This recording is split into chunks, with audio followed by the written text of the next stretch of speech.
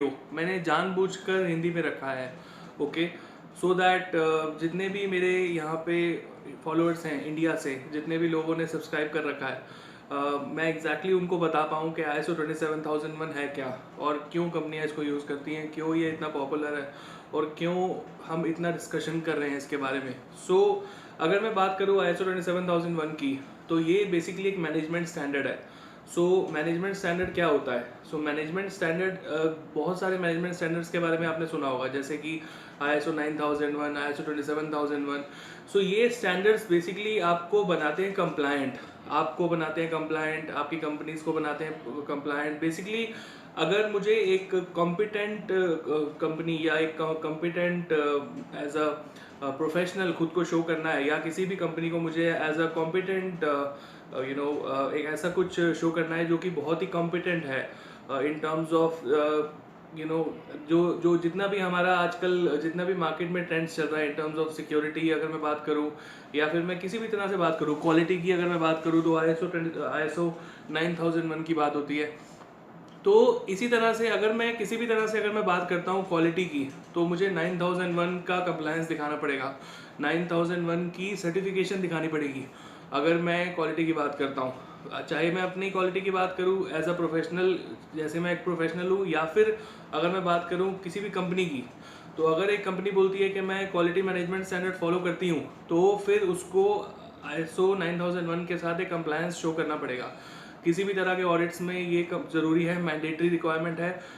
उसी तरह से ISO 27001 की भी एक मैंडेटरी रिक्वायरमेंट है। जितनी भी बड़ी बड़ी कंपनीज हैं, जितने भी बड़े बड़े बिजनेसेस हैं, वहाँ पे ISO 27001 का सिक्योरिटी स्टैंडर्ड बहुत ही इम्पॉर्टेंट है इन टर्म्स ऑफ कंप्लायंस।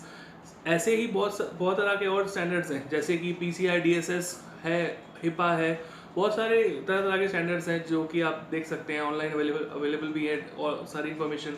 लेकिन जो मेन इसका कोर बेनिफिट है वो है कंप्लायंस, वो है एक आपकी जेन्युइनिटी, एक आपकी बेसिकली एक आपका मार्केट रेपुटेशन, जो कि अगर आप किसी क्लाइंट के पास जाते हैं तो पहली चीज़ आपसे पूछेगा, क्या आपकी कंपनी क्वालिटी सर्टिफाइड है, क्या आप ISO 9001 सर्टिफाइड हो, क्या आप ISO 27001 सर्टिफाइड हो।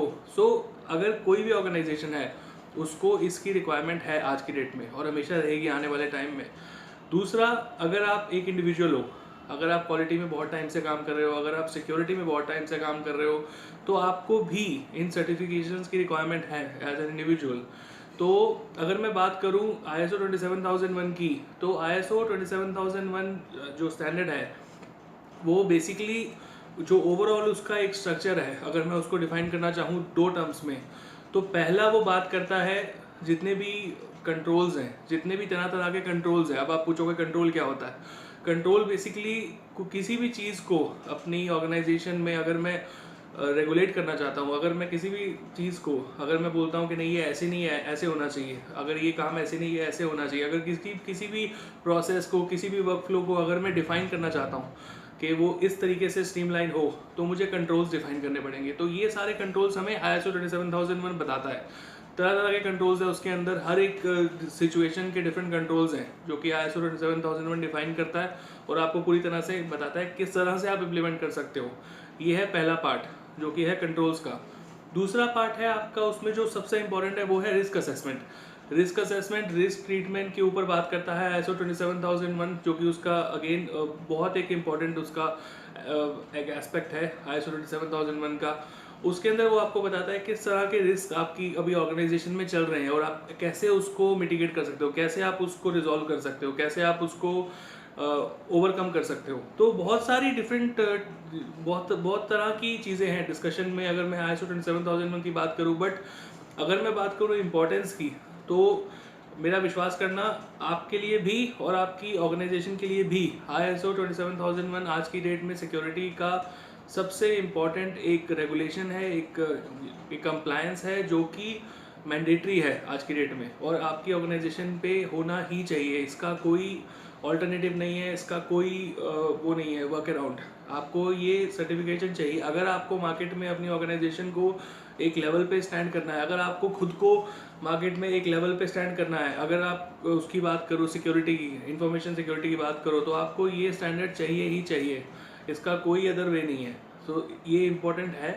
सो आज का ये वीडियो मैंने जानबूझ के डाला है सिर्फ अपने कुछ इंडिया के फ्रेंड्स के लिए, ताकि उन लोगों को ये इन्फॉर्मेशन और क्लियर हो सके। अगर आपको आगे के मेरे वीडियोस हिंदी में चाहिए तो प्लीज़ कमेंट करो, और मैं आने वाले टाइम में वीडियोस को हिंदी में और इंग्लिश में भी अपलोड करूँगा, ताकि इजीली अवेलेबल रहे इन्फॉर्मेशन। मेरा मेन गोल यही है यहाँ पे कि मैं इजीली इंटरप्रेट कर पाऊँ जितनी भी ISO 27001 की डिटेल्स हैं आप तक, ताकि मैं आपको हेल्प कर पाऊँ। मेरा अल्टीमेट गोल आपको हेल्प करना ही है इस चैनल से। So thank you so much. अब आज के लिए इतना ही। अगर कोई भी क्वेश्चंस है ISO 27001 से रिलेटेड, कोई भी क्वेश्चंस है, अगर IT सिक्योरिटी से रिलेटेड, इंफॉर्मेशन सिक्योरिटी से रिलेटेड, तो कमेंट करो और मैं जितना जल्दी हो सके आपको रिस्पॉन्ड बैक करूँगा। Thank you so much. Thank you.